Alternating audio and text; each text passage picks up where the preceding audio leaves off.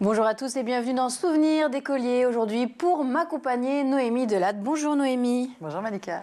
Alors, tu es actrice, metteuse en scène, écrivaine également. Depuis la fin des années 90, on t'a beaucoup vu à la télévision, au cinéma et au théâtre. Et au théâtre, tu y es encore d'ailleurs actuellement. Ouais. Avec ton spectacle L'Harmonie des genres. Exactement. Donc, on peut venir te voir tous les vendredis à la Gaîté Montparnasse. Tout à fait. Voilà, on voit l'affiche. Ça fait déjà quelques années que tu joues le spectacle. Est-ce que tu peux quand même nous le présenter ? En fait, j'avais fait un premier seul en scène qui s'appelait Féministe pour hommes et qui reprenait vraiment les bases de la condition des femmes, etc. Et puis, entre-temps, il y a eu MeToo.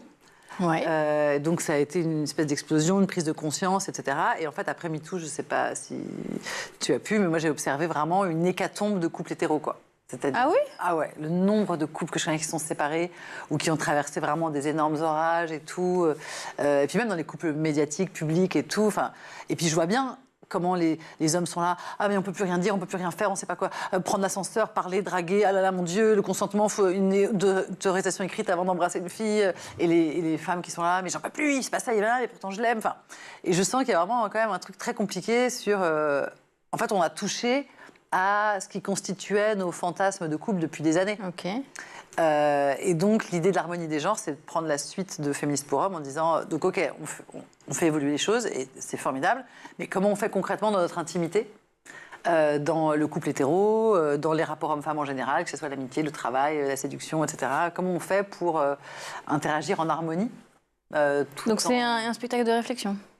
Alors, oui, c'est vrai, c'est un spectacle de réflexion. Alors après, justement, comme ça reste un spectacle, je suis avec 3 musiciennes, donc il y a de la musique, il y a du rock, il y a du rap. Ouais, c'est drôle.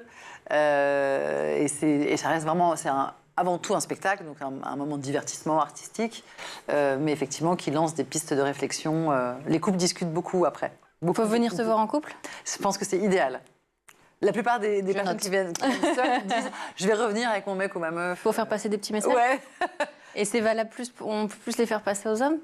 Je pense. La fille ouais. très intéressée, tu vois. Ah Ouais, vraiment. Viens avec ton mec. C'est quoi la suite pour toi dans les prochains mois ? Là, je suis en train d'écrire avec mon mec, justement, une série qui s'appelle X et qui, justement, dont le pitch, c'est une femme de 50 ans, ancienne, présentatrice d'un jeu télé has-been et actrice porno ménopausée, qui va devenir présidente de la République. Ah ouais, Ouais. tout est possible. Tout est possible. Et donc, c'est vraiment, justement... Et donc, à travers ça, on aborde tous ces sujets-là, intimes et politiques.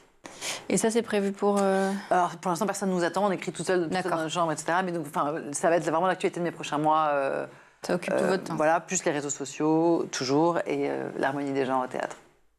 Est-ce que tu travailles sur un spectacle ou il n'y a pas le temps pour ça ? Là, pour l'instant, la série occupe toute ma... En plus, c'est une série qui se passe sur 45 ans. Ouais, donc là, c'est un projet, mais c'est hyper ambitieux, c'est titanesque. Donc là, je suis dans 50 personnages. On a créé un monde de nulle part. C'est très, très ambitieux, très chronophage et très gai, très excitant. Nous, on va arrêter de regarder dans le futur, on va regarder un petit peu dans le passé. Pour commencer, tu as grandi où ? J'ai grandi à Paris, en région parisienne, mais genre à 12 ans, je crois que j'avais déjà eu 5 ou 6 adresses, quoi. Ah oui. Ouais, j'ai beaucoup déménagé. Et c'était comment ton enfance ? Pas foufou. En fait, c'est particulier parce que c'était une enfance à la fois très privilégiée, puisque j'habitais à Paris, parce que j'avais de l'argent, j'habitais en appartement, j'étais en bonne santé, blanche, dans des bonnes écoles et tout ça. Donc, plutôt privilégiée et en même temps avec une grosse insécurité affective. À la maison, ça se passait pas bien ? Mes parents sont séparés très tôt. Mon père travaillait en Angleterre, donc il n'était pas là. Il ne s'est pas occupé de toi. Comme il a pu. De toute façon, mon père est devenu un père formidable à partir de mes 25 ans. Et on a eu une relation magnifique et tout, mais c'est un peu tard, 25 ans. Non, mais je pense que ça ressemble à ce que j'ai vécu. C'est vrai ? Oui. Ça veut dire que tu l'as pas trop connu enfant, mais qu'il y a eu comme un meilleur ami, un peu... Ouais, c'est ça. Un conseiller... C'est ça. Ouais. C'était un super papa, vraiment une très très belle relation. Et il m'aimait. Mais tu grandis sans présence masculine. Bah pas... Non, très peu, quoi. Enfin, il était là, il subvenait à mes... Enfin, il était vraiment... J'ai pas de reproche à lui faire. Et puis, je sais qu'il a fait au mieux. Parce que lui, c'était obligatoire qu'il parte travailler en Angleterre. Ouais, en fait, je pense que lui, il s'était pas dit je vais faire un enfant, il se sentait pas prêt.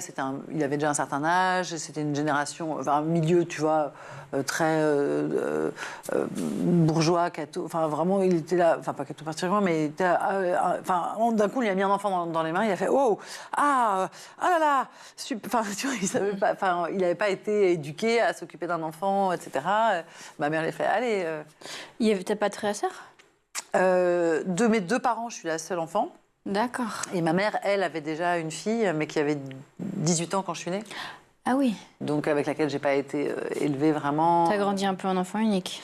Donc, bah alors non plus parce que donc mon père était formidable mais pas là physiquement et ma mère elle a fait ce qu'elle a pu aussi mais elle était maniaco-dépressive, était très instable et puis elle a fait une énorme dépression nerveuse quand j'ai eu 5 ans donc elle ne pouvait plus s'occuper de moi.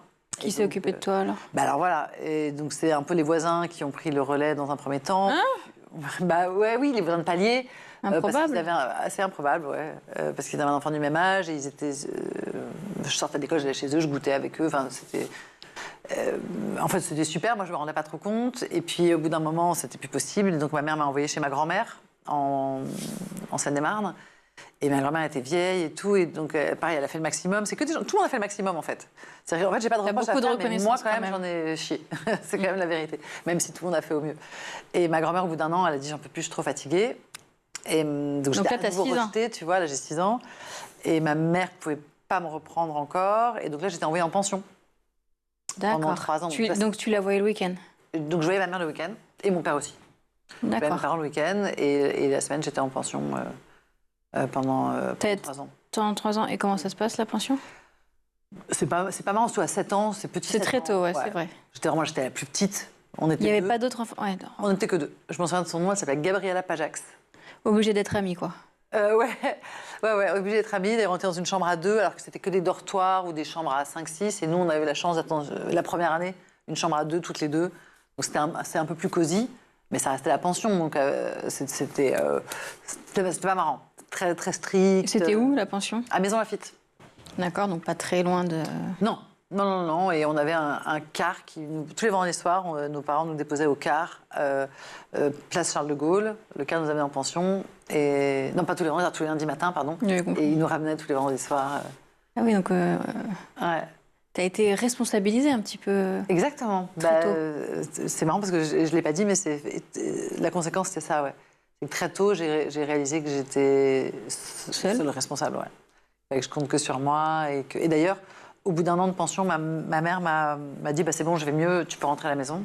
Et c'est moi qui ai dit je vais rester en pension, ça suffit de me balader, je vais rester en pension, je vais finir mon primaire et je reviendrai pour le collège. Et elle a dit OK? Je crois que je ne lui ai pas laissé le choix. T'étais petite, elle avait quand même le choix. Je pense qu'elle a senti, tu vois, une espèce de détermination. Bien sûr, elle aurait pu... En fait, je pense qu'elle a senti que j'avais raison, que c'était la bonne décision, que j'avais un cadre qu'effectivement j'avais été déjà bougée, tu vois. J'avais 8 ans, j'avais déjà été bougée 5 fois, domicile, d'école, tu vois. Et après, au bout de 3 ans? Et au bout de 3 ans... Tu reviens avec ta maman? Ouais. Et sauf que là, à nouveau, j'ai pas l'expérience d'une fille unique parce que ma mère avait eu cette idée audacieuse de... j'avais une très bonne amie que je m'étais faite en pension et elle avait demandé à ses parents, est-ce que vous comptez laisser votre fille en pension? Les parents avaient dit oui. Et donc ma mère a dit, je vous propose de la prendre avec moi. Donc pour vous, ça change rien. Ça coûtera sans doute un peu moins cher. Mais voilà. Et donc cette fille, Lucie, qui a été ma meilleure amie, ma sœur, pendant des années, est venue vivre à la maison pendant 2 ans. Mais ça t'a apprécié? J'ai adoré. J'ai adoré vivre avec ma meilleure amie. Mais là encore, ma mère a été un peu particulière. Voulant faire au mieux, elle a voulu traiter cette fille comme la sienne. Donc on avait autant de bisous, autant de câlins, autant de... Sauf que moi, j'étais là... Tu manquais d'amour, en fait. Ouais. Et puis même plus que d'amour, je pense que je me manquais de sécurité affective, quoi. D'amour inconditionnel, de certitude que... Ma mère, tu vois...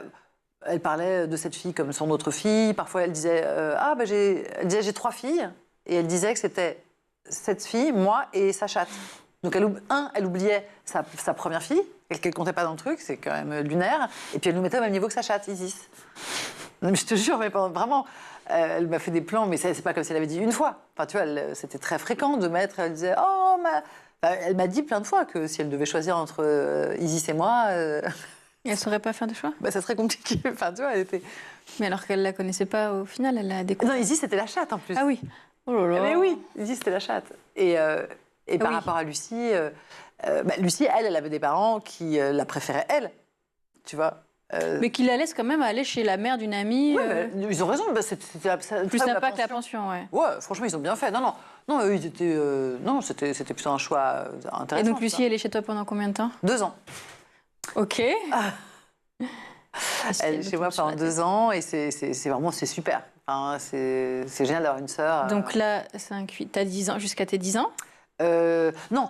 Elle est chez moi quand je rentre de pension, donc 11 ans, 12 ans, 6e, 5e. Et ensuite, elle rentre chez ses parents, mais elle reste dans le même collège que moi, donc on continue de se voir. C'est toujours ton amie? C'est toujours mon amie. Aujourd'hui, tu veux dire? Ouais. Non, malheureusement. Enfin, non. On s'apprécie énormément, on s'est revus il n'y a pas longtemps, et on s'est fait des câlins. Et... Ah, vous avez quand même le contact? Ouais. Oui. Puis parce que c'est un peu exceptionnel quand même d'avoir vécu pendant 2 ans ensemble, après la pension. Et après la pension, donc en tout, on a vécu 5 ans ensemble. Pour elle comme pour toi, c'est un parcours de vie de l'enfance assez... on n'a jamais entendu cette histoire. Non, c'est assez fou. Et malheureusement, nos vies sont trop séparées, donc on n'a pas réussi à reconnecter avec un quotidien. Mais en revanche, quand on s'est revus, moi j'étais hyper émue. J'étais hyper heureuse de la voir. Elle peut sonner à ma porte demain. Quand elle a 12 ans, elle s'en va. Et voilà, elle retourne chez ses parents. Et là, tu es toute seule avec ta maman? Pour la première fois. Ouais. Comment ça se passe? Très mal. Tu savais pas vivre à 2? Non. Et puis surtout, ma mère, elle... tu sais, cette idée aussi de me mettre en pension puis de prendre une amie à la maison, c'est aussi une manière de ne pas s'occuper de moi. C'est une manière de, du coup... Tu disais qu'elle pouvait pas? Oui, c'est ça. Et puis là, du coup, on s'autogérait. Oui, elle n'avait pas à me divertir. Voilà, côté du divertissement et des activités. Voilà. Guillemets. Et parce que sinon, elle s'occupait de moi. Tu vois, j'étais en sécurité, j'étais dans un appartement, tout allait bien. Hein. Mais et donc là, elle s'est retrouvée. Moi, je faisais beaucoup. Moi, je me suis mise à faire n'importe quoi.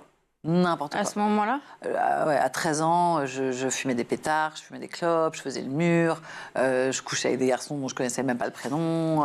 Tu fais un début d'adolescence Ouais, bien vénère. Fracassant. Ouais, c'est ça, fracassant. T'avais envie aussi peut-être qu'elle te voie, quoi. Je pense, et je prenais des risques de plus en plus. Je faisais le mur par les toits. On habitait au 5e étage, c'était extrêmement dangereux. Je passais sur les balcons des voisins, puis sur les toits. Et là, il y avait un escalier de service. Et je sortais, je faisais le mur jusqu'à 5h du matin dans les boîtes de nuit. J'ai fini à l'hôtel Dieu, j'ai fini au poste de police, j'ai fini... Et quand elle vient te chercher, qu'est-ce qu'elle au poste de police? En fait, le poste de police, on était... ça, j'ai jamais compris pourquoi. C'est une autre maman qui est venue nous chercher toutes les deux. Ça, j'ai jamais compris. T'étais avec qui? Qui était ma copine? Ouais. Elle s'appelle Hélène. Ah oui, c'est pas Lucie avec qui? Non. Et donc ça, j'ai jamais compris comment ça s'est passé. Dès l'âge de 13 ans, donc. Ouais. Et l'Hôtel Dieu, ils sont fous. Hein. C'est-à-dire on s'est retrouvés aux urgences avec vraiment les gars qui se faisaient faire des radios pour avoir les paquets de coke dans leur ventre. T'imagines, c'était en menottes. Mais toi, pourquoi t'étais là-bas? Parce que justement, on avait fait le mur et en sautant, on avait une copine qui s'était foulée la cheville en sautant de l'escalier de service. Et voilà, on était partis vraiment comme des... Tu vois, puis on était à moitié bourrés parce qu'on avait bu une bière, mais à cet âge-là. Ouais. Et vraiment à l'Hôtel Dieu, et donc ils l'ont soigné. Mais après, ils nous ont foutus dehors. C'est-à-dire qu'il était 5h du matin, il n'y avait pas encore de métro ouvert. On n'avait évidemment pas les moyens d'avoir un taxi. Dangereux, ouais. Et ils nous ont foutus dehors. Genre, les soigner, bisous. Alors que ça se voyait... Enfin, c'était écrit sur... D'abord... on n'avait pas nos papiers et tout, mais ça se voyait qu'on était On leur a dit, on a 13 ans, comment on rentre 13 ans, chez nous, c'est pas 15. C'est non, vraiment tout t'imagines petit encore, ouais. Là, on avait peut-être 14. Mais après, comment tu gères l'école à ce moment-là? C'est très bien. Bizarrement, je reste très bonne élève. Ah bon? Ouais. Mais pourtant, t'as pas le même temps de repos. Mais non. Ouais, c'est vrai, j'ai pas le même temps de repos. En fait, je crois que ce qui me sauve, c'est que je sais déjà ce que je veux faire plus tard. À ce moment-là, il y a déjà la comédie dans ta Ouais. vie? Ça arrive à quel âge? Depuis que je peux parler. Ah oui. Ouais, depuis que je peux répondre à la question qu'est-ce que tu veux faire plus tard, je réponds actrice. Ouais, ouais. J'ai toujours voulu faire ça. Et d'ailleurs, finalement, ça évolue, parce que finalement, je fais d'autres choses. Tu as un métier artistique. Oui, oui. Mais je ne sais plus. Avant, j'étais vraiment actrice que actrice et tout, alors que maintenant, actrice, ça fait partie de. Mais donc, ouais, j'ai toujours voulu faire ça. Et j'ai toujours, même si je ne savais pas que je voulais en faire ma vie, je me suis toujours énormément intéressée à la philosophie, à la littérature. Les lettres, ouais. Ouais. Et donc, en fait, je crois que c'est ça qui me sauve. Et tu redoubles pas, tu passes de classe en classe. Oui, je suis même dans les premières. En étant en même temps une nighteuse. Ouais, c'est ça, en étant une nighteuse, une baby nighteuse. Et ça dure combien de temps, le mur, dehors, avec les copines, fumer? Ça s'arrête jamais. Mais non. Ouais, ouais. Jusqu'au bac, quoi. Ah ouais, ouais. Et même au bac, tout le monde était persuadé que je l'aurais pas, même moi j'étais persuadée que je l'aurais pas. J'étais sûre que je l'aurais pas, c'était impossible. J'avais fait l'impasse, non pas sur des sujets, mais sur des matières entières. Genre par exemple l'histoire géo, j'avais compris que si je bossais mon sujet, bah, j'avais 11-12, et si je le bossais pas, j'avais 11-12. Donc j'ai fait l'impasse sur l'histoire géo. C'était stratégique, hein, finalement, ouais, comme choix. J'ai eu 11-12. Non mais tu vois. Mais non, tout le monde était sûr que j'aurais pas mon bac. Et je l'ai eu avec une petite mention en plus et tout. Ah oui. Ouais, ouais. Donc tu avais des vraies facultés déjà. Oui, sur certains. Mais ta maman, donc, est-ce qu'elle est au courant de... Après, elle a été au courant, ouais. Mais jusqu'à ce que tu passes le bac, elle sait pas que tu fais le mur et que tu sors et tout ça? Non, elle a même un moment, parce qu'on avait déménagé entre-temps, et j'avais fait le mur. Parce que, en fait, non seulement je faisais le mur, en fait, ça allait dans les deux sens. C'est-à-dire que moi, je sortais, mais je faisais aussi venir plein de gens faire la teuf dans ma chambre ou sur mon balcon, à son insu, tu vois, voilà. Vous aviez une grande maison? Pas tant que ça. Pas tant que ça, mais tu sais, on était sur le balcon, avec les fenêtres fermées. Ouais, je dis la teuf, pas la teuf, mais je fumais des pétards, discuter. Des posages. Ouais, exactement. Exactement. Mais c'est dingue. Qu'est-ce qu'elle ne se rende jamais compte? Jamais. Et même à tel point que donc, il y a qu'est-ce qu'elle fait pendant ce moment-là? Elle dort. Elle dort, pour le coup, justement de son passé, de son historique de maniaco-dépressive, elle dort toujours avec des somnifères très puissants. Ouais. Et elle met des boules qui et elle dort dans le noir. En fait, ouais, elle est dans une espèce de petite, tu vois, petite prison phonique et. Mais qu'on se rende bien compte, c'est quelque chose que tu faisais toutes les semaines? Ouais. Et pas tous les jours quand même? Non, pas tous les jours. Non, pas tous les jours, mais bien toutes les semaines. Et mais de toute façon, Mais t'étais mature en fait aussi, non? J'étais hyper mature. Hyper mature, ça, je m'arrêtais. Enfin, tu vois, j'ai plein d'amis qui ont sombré dans la drogue. Moi, je me suis arrêtée à temps. Enfin, tu vois, j'ai toujours été hyper responsable, hyper. Donc j'ai fait la fête parce que c'était pas la fête d'ailleurs. Je dis la fête, mais non, je me détruisais parce que j'allais pas bien.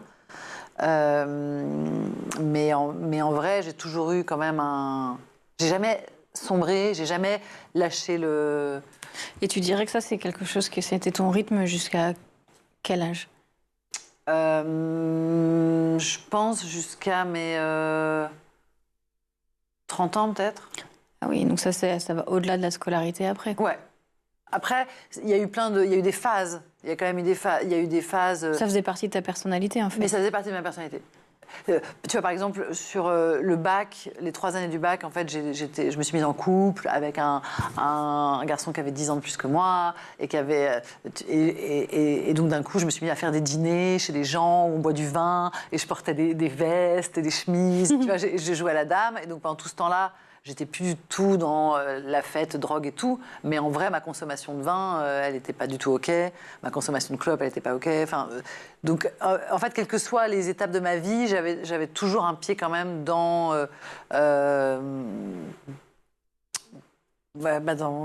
des addictions, quoi, quand même, dans quelque chose. Dans une dépendance? Dépendance, ça, c'est sûr. Ouais, en fait, c'est ça le mot. Parce que j'étais là, autodestruction, non pas tout à fait, dépendance. J'ai toujours... Pour pallier l'insécurité affective. Ouais. Et à quel moment, tu dis à 30 ans, ça s'arrête? Pourquoi tu as un déclic? Non, à 30 ans, je rencontre un homme qui, lui, consomme rien du tout. Du tout. Et puis on se met en couple. Et puis c'est la première fois, c'est la première fois que je suis dans un couple adulte avec l'idée, tu vois, peut-être de faire un enfant. Enfin, je sais pas, je rentre. Et puis c'est la première fois que je commence à me poser des questions vraiment de fond sur qui je suis, comment je veux relationner avec les gens, avec les hommes en particulier. C'est quoi enfin, ma psychothérapie. Enfin, j'étais en psychothérapie depuis très longtemps, mais à ce moment-là, elle commence à prendre un tour particulier. Enfin, je sais pas, je commence à rentrer un peu dans le truc. Et la première chose que je fais, en fait, qui change tout, c'est à 34 ans, j'arrête de fumer des clopes. Mais je fumais 2 paquets par jour, tous les jours, même malade, même avec des ganglions, même quoi qu'il arrive. J'étais une grosse fumeuse. Et donc me faire ce cadeau, ça a été, c'était vraiment énorme, quoi. Et après ça a engendré le reste. Ouais, ça, en tout cas, une manière différente d'aborder tout le reste.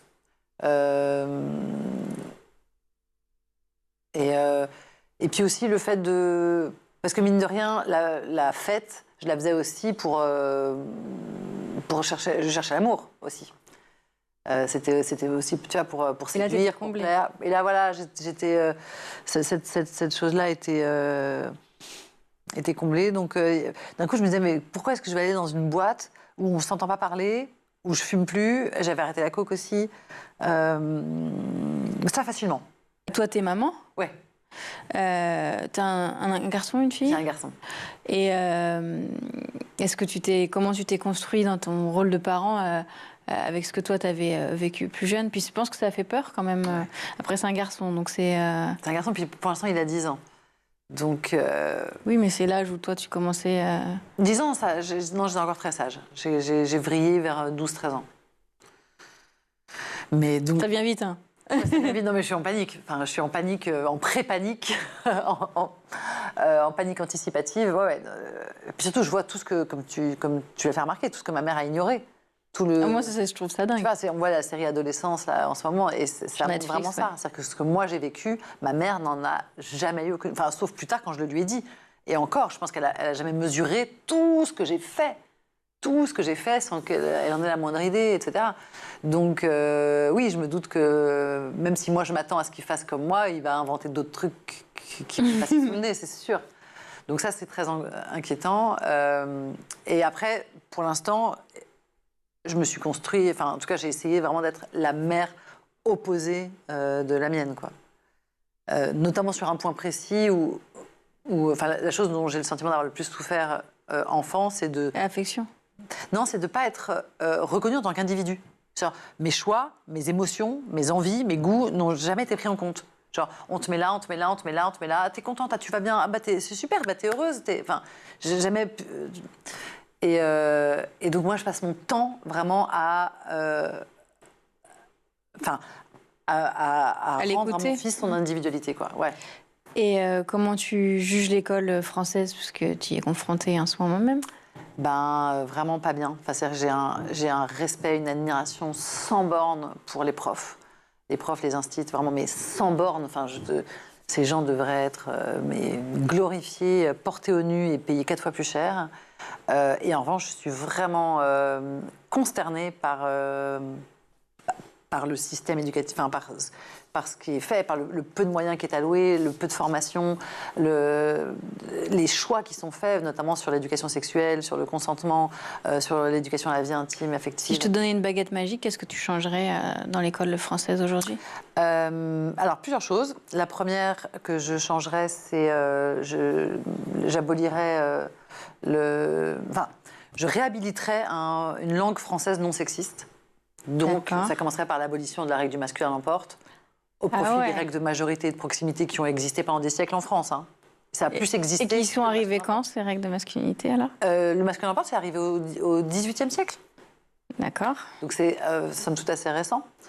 Et pareil, tous les féminins de métiers et de titres qui existaient jusqu'à cette époque-là aussi. Ça, c'est en train d'évoluer. Hyper doucement. C'est-à-dire que moi, sur ma fiche Wikipédia, sur ma fiche Wikipédia, on m'interdit encore autrice et on corrige auteureux à chaque fois. Il y a une battle, enfin, l'Académie française continue de dire « Ah ben non, gna gna gna ». Enfin bon, c'est-à-dire que tu es maîtresse d'école, mais tu es maître de conférence, même si tu es une femme. Tu es directrice d'école, mais tu es directeur de thèse, même si tu es une femme. tu es chirurgienne n'est toujours pas... Enfin, c'est lunaire, quoi. Donc ça, c'est la première chose que je ferais.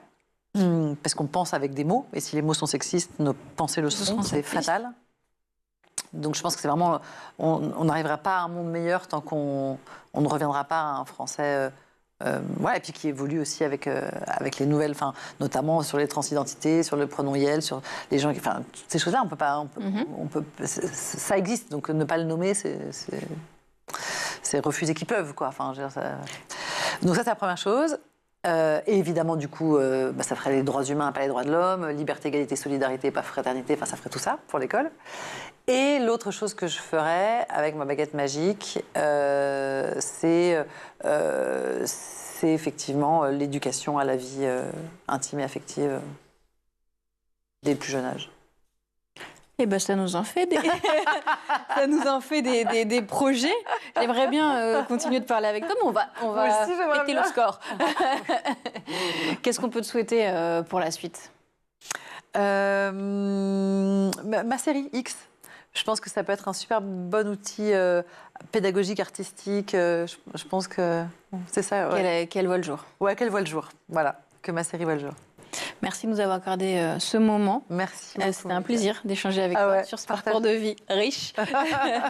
Et moi, je vous retrouve très bientôt pour un nouveau numéro de Souvenirs d'écolier sur School TV.